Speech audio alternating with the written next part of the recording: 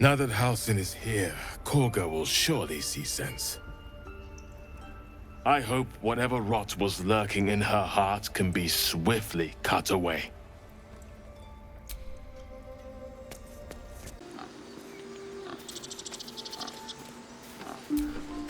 Well, at least the sun is nice.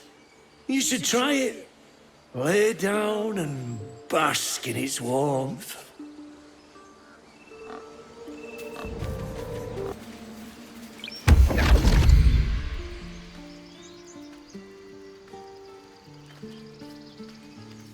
My, what manner of place is this? A path to redemption? Or a road to damnation? Hard to say, for your journey is just beginning. What would suit the occasion? The words to a lullaby, perhaps. The mouse smiled brightly. It outfoxed the cat. Then down came the claw. And that, love, was that. They do know how to write them in Cormyr, don't they? Well met, I am Raphael. Very much at your service.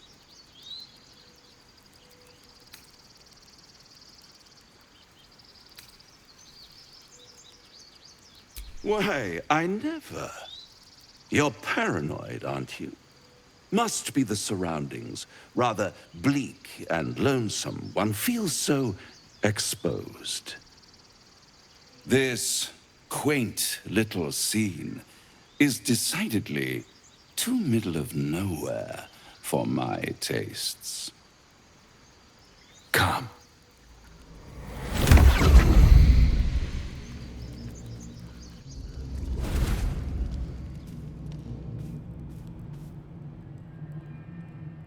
There, middle of somewhere.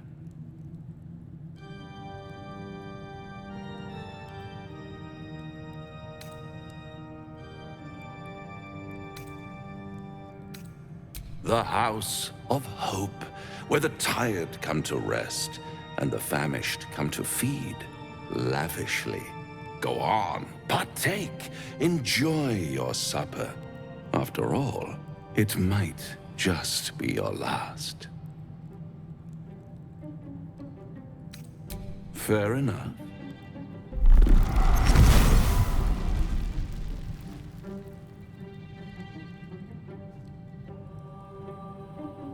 What's better than a devil you don't know?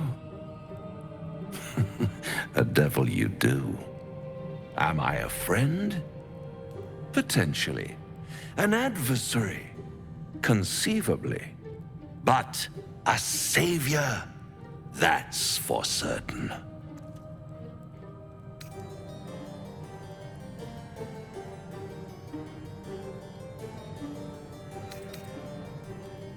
Oh, a mere trifle. How dear is one's soul, really? A rhetorical question, of course, but let me venture an answer. It's worth very little with a tadpole in your head. One skull, two tenants, and no solution in sight. I could fix it all like that.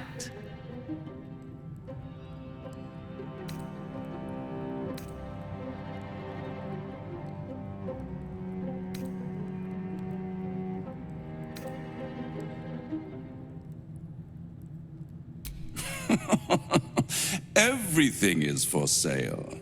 And you do well to sell while your stock has value. In desperate times, the price of honor plummets. Perhaps you haven't yet realized how desperate these times are. You will. Try to cure yourself. Shop around. Beg, borrow, and steal. Exhaust every possibility until none are left.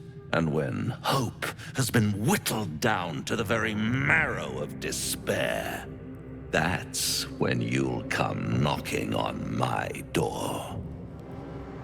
Hope. Such a tease.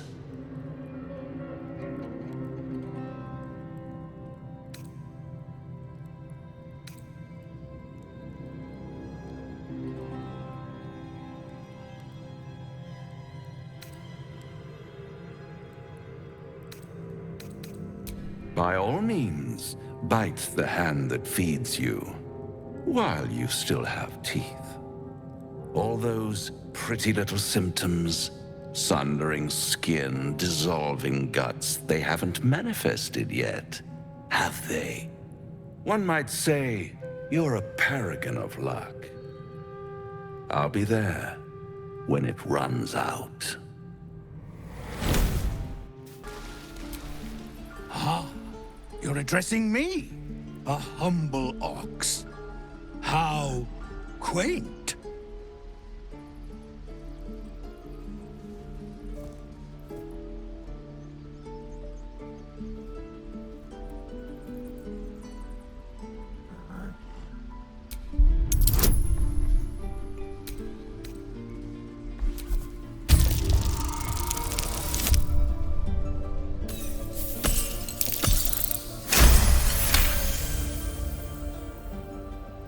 Something's off. This creature isn't what it appears to be.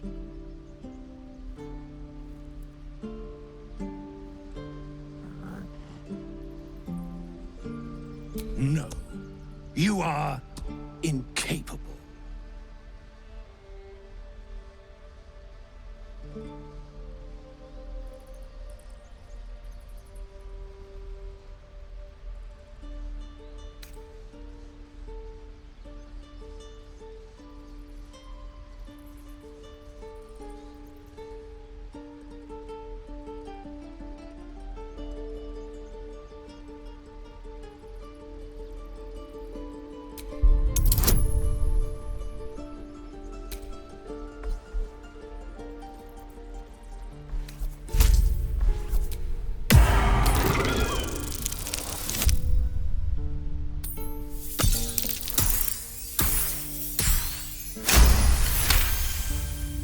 I'll tell you this much.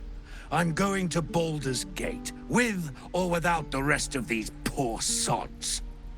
Now, that's all I have to say besides, and I really mean this, moo. The younglings are a nuisance. But the road would not be the same without them. Thank you. Let us go! I wish to feel the road beneath my hooves. Taste the fresh grass.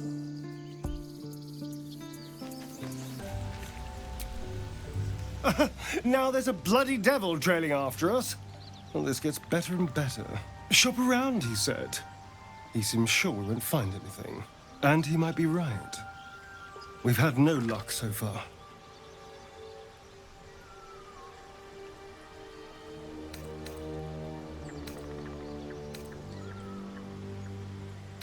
Maybe. But all that, take your time, I'll wait nonsense.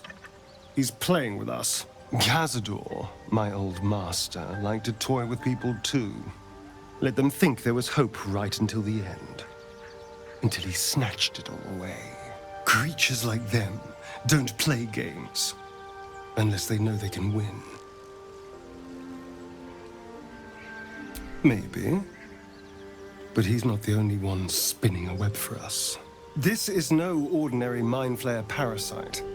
Who tampered with it, and why? What do they have planned for us? And why are we important enough that a devil comes knocking on our door?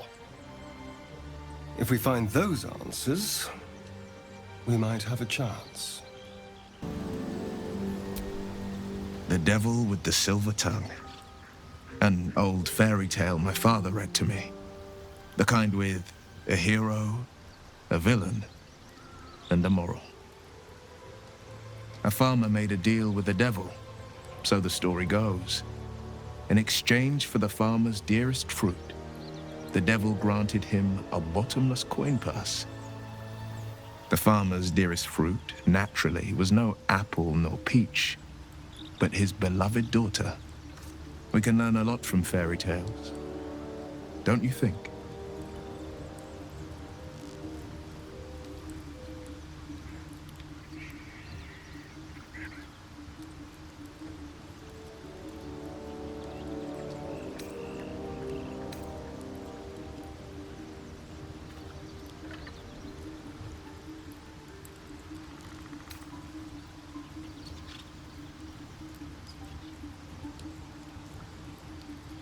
That's because you still have hope.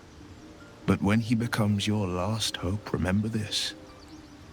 He'll require of you only what you're least ready to part with. And then require more still. You might think you'd give up anything for a cure. But the devil won't take just anything. He'll take everything. Do you feel as flattered as I do? Fighting to dine with a devil.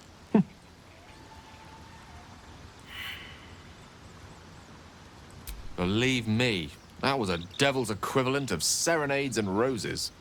Don't let his bluster fool you. All that talk of desperation merely illustrates his own.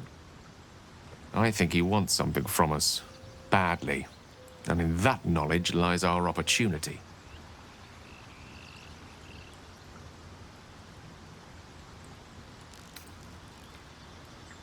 Our souls. But I suspect that's but his opening offer. Let me play the devil's advocate. The man is too eager. Do not dismiss his offer out of hand. If there's one quality all the denizens of the hells embody, it's ambition. A quality they share with many humans, come to think of it.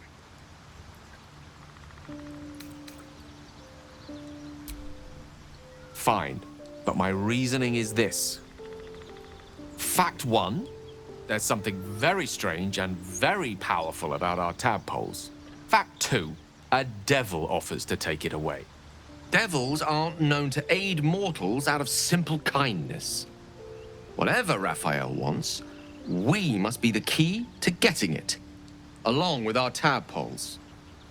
So, I say for now, we wait. If I'm right, Raphael will seek us out again, and when he does, there's a mighty bargain to be made. Remember his Cormyrean rhyme? Down came the claw. Perhaps we should start growing our nails. How can I help?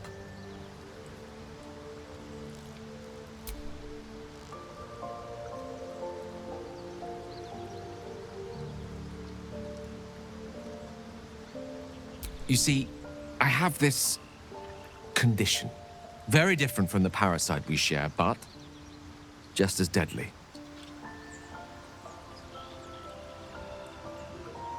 The specifics are rather personal, but suffice it to say that it is a malady I've learned to live with, though not without some effort. What it comes down to is this. Every so often, I need to get my hands on a powerful magical item and absorb the weave inside.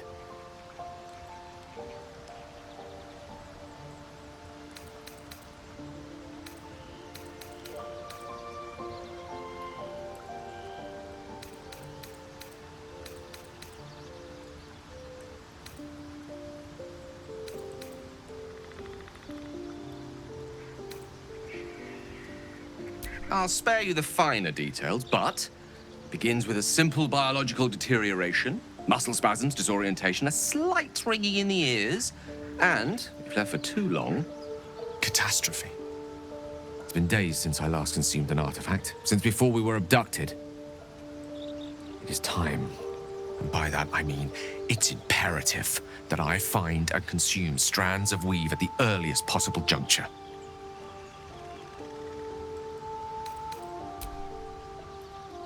You have my thanks. And fear not, your implicit trust is well placed and will be rewarded with any and all means at my disposal. As luck would have it, you're already primed to give me exactly what I need.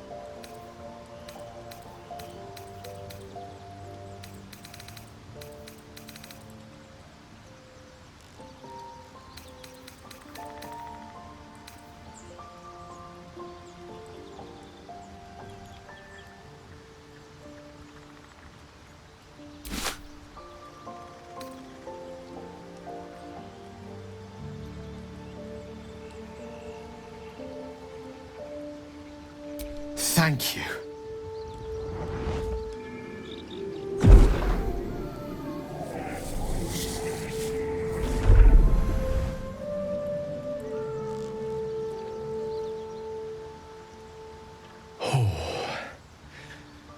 That hit the spot. I can feel it work.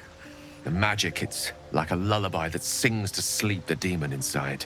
A metaphorical demon, I haste to point out, but no less dangerous. And no less bound to wake up again to continue its ravages. Such is the nature of all monsters.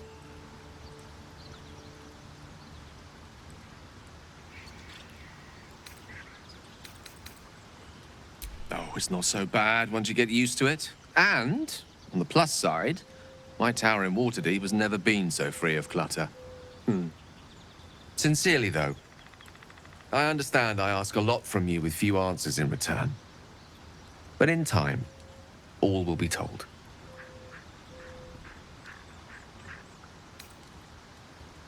I obtained it in Waterdeep. Nothing there comes cheap.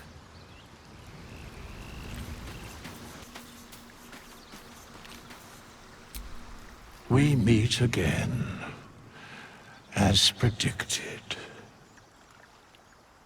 I shall be here in thy camp, for whenever thou hast need of my services.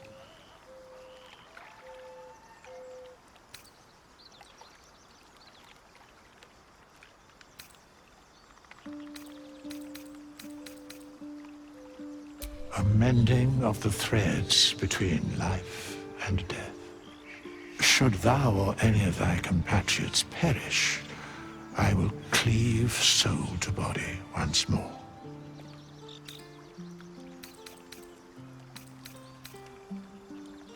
A matter of coin.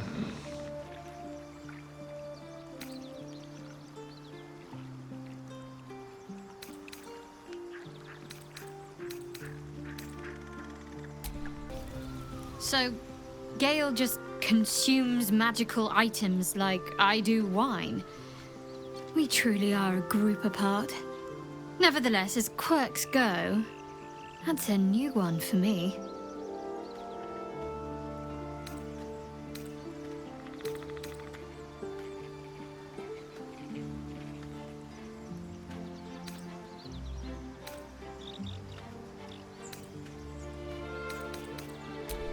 Quite the understatement, but yes, I have it.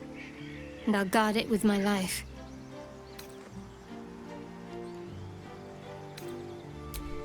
Then so be it. I did my duty. As for the artifact, it's powerful, and has a mind of its own sometimes. You'd better hope you're up to bearing it. Don't forget what it was like when you heard the voice. It'll only get worse if you don't have the artifact to protect you.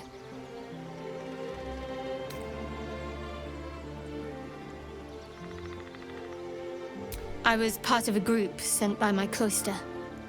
We were to take the artifact from the Githyanki and bring it to Baldur's Gate, no matter the cost. Though it turned out the cost was very steep. I was the only one of the group to survive. I took the artifact and fled, only to be ensnared by mind flayers before I could finish the mission. That's all I know. That's all I need to know.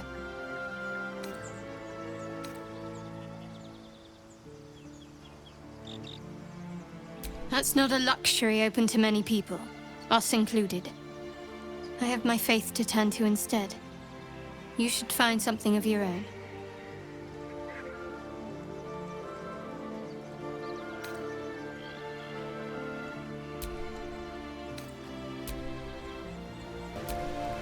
Gale is positively voracious. Well, let him suck up all the magic he needs, as long as he doesn't snack on a Githyanki silver sword.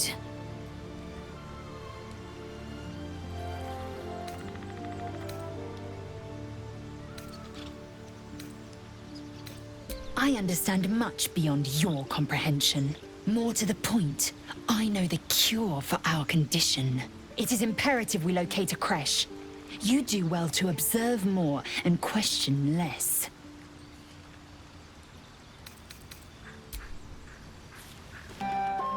Look at them all. Guzzling poison like we've the right to be happy.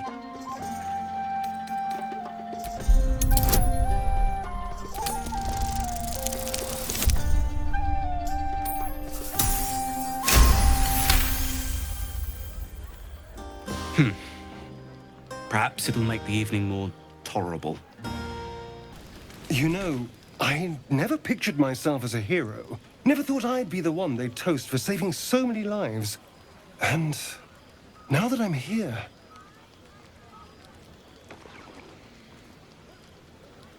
I hate it. This is awful. We killed some goblins to save some tieflings. The tally of lives didn't change much. But what do I get for all my hard work? A pat on the head and vinegar for wine. Pfft.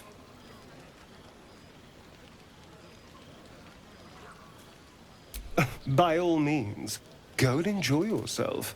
I'll be here, waiting for the sunrise. Go on now. Don't waste a night like this talking to me. We'll discuss your problem tomorrow.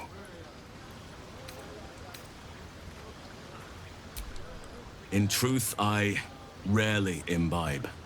The stuff goes right to my head. Before you know it, I'd be breaking into song or declaring love to the first person I laid eyes on.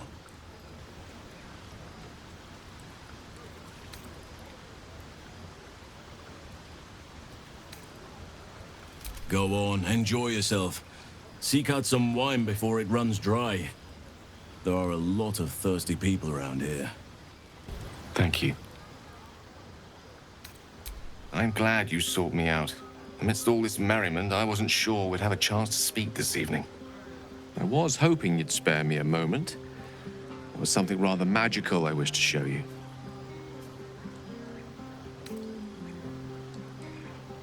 As they say in Waterdeep, in wine there is truth. That's usually followed by, in water there is good sense. I promise you, my offer is a perfectly sober one. So, what do you say?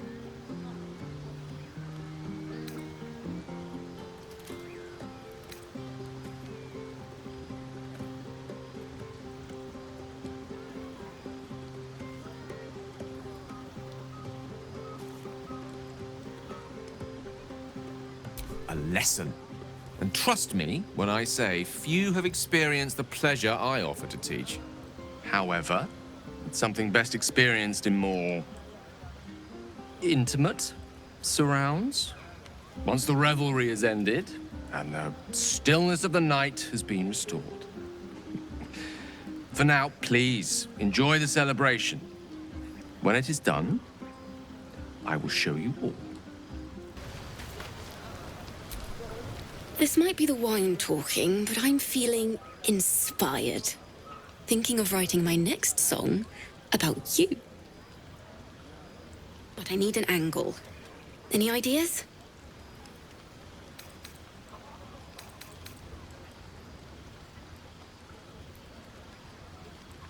Ooh, that's very visceral. I might tone it down a touch, but I'll keep the intent.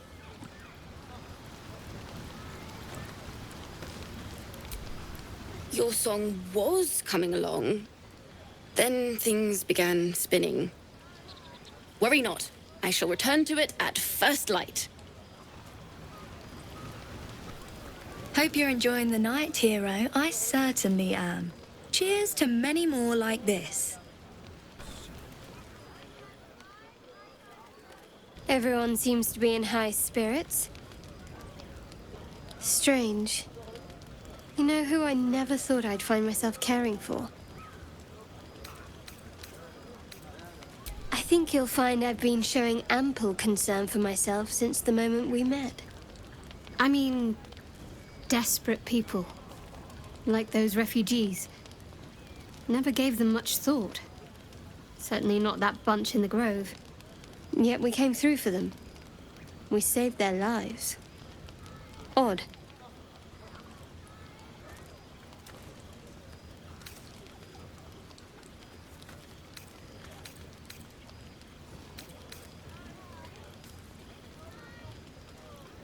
That's more easily said by some than others. But nobody's here to debate right from wrong. Shadowheart trails off and glances around at the party. She turns back to you, mildly surprised you're still there. I thought you might have wanted to mingle with the others.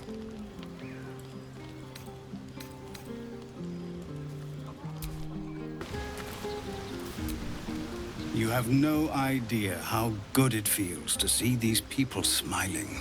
The singing we could probably do without, but even so, thank you. The buzz of celebration quiets to a soothing hum as you approach your bunk.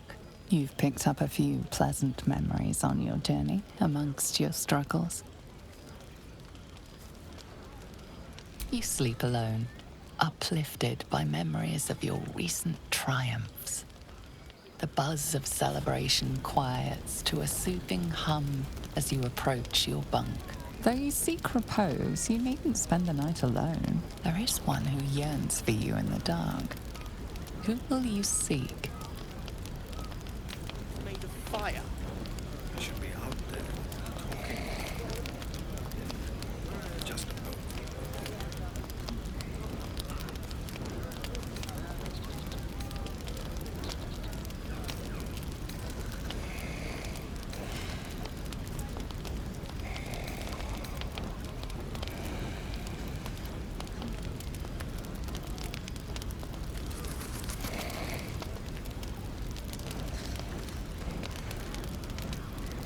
Your heart skips a beat.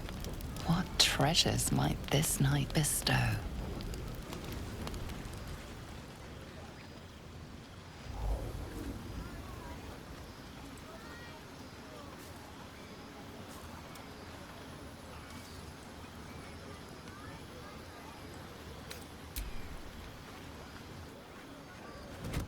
Oh.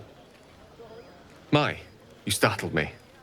I was miles away. Of course. I was just practicing an incantation.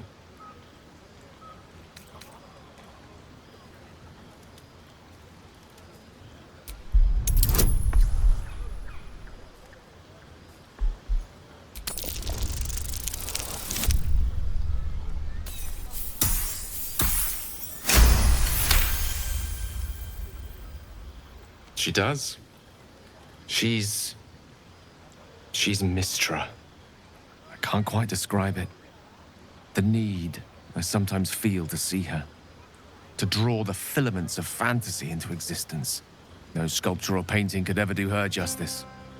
Only the fabric that she herself is and embodies. The weave. Mistra is all magic. As far as I'm concerned, she is all creation.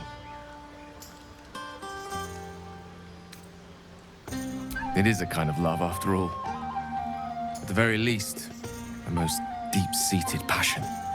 Magic is my life. I've been in touch with the weave for as long as I can remember. There's nothing like it. It's like music, poetry, physical beauty, all rolled into one and given expression through the senses.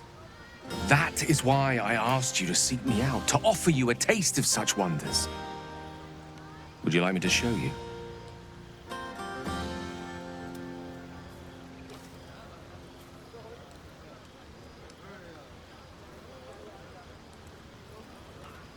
Then follow my lead.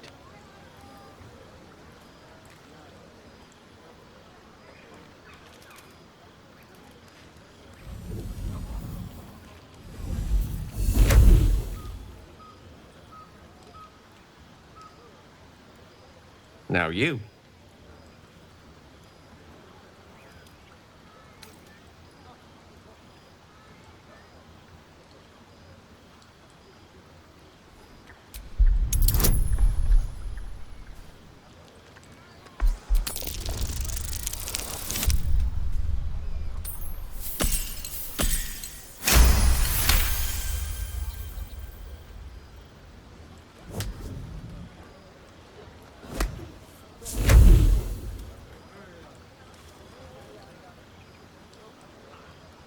You feel something strange, like a kind word and a kind touch at the same time. It's warm and comfortable. Excellent. Now, repeat after me. Athran Mistraril Kantrak Eo.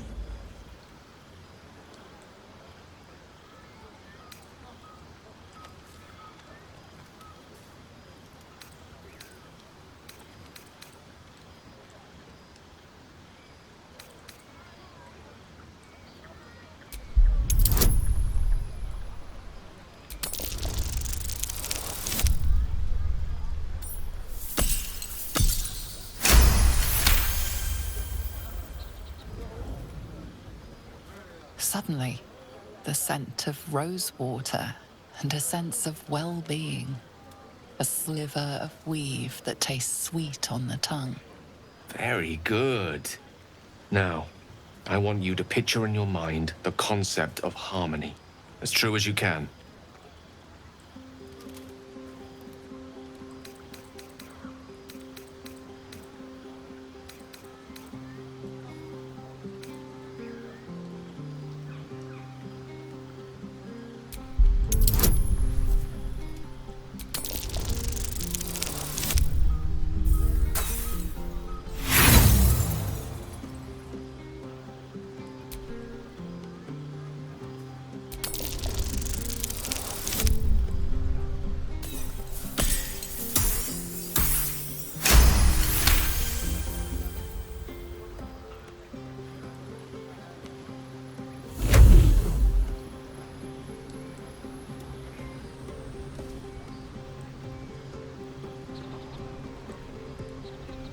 You see, or is it sense, the presence of a woman.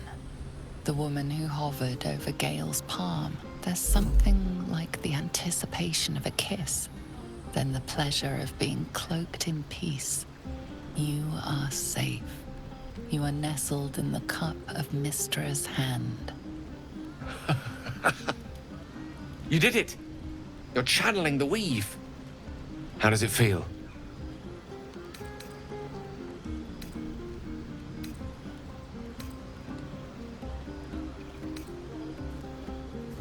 The weave evaporates, and as it does so, you realize the night feels suddenly cold and lonesome. Oh. There it goes. How easily things slip away from us, no matter how hard they were in the obtaining. Good night. I enjoyed sharing a moment of magic with you.